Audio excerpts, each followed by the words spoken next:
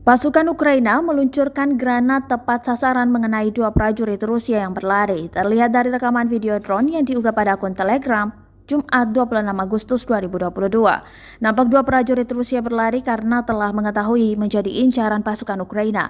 Namun, langkah mereka terhenti setelah mendapatkan lemparan granat dari drone.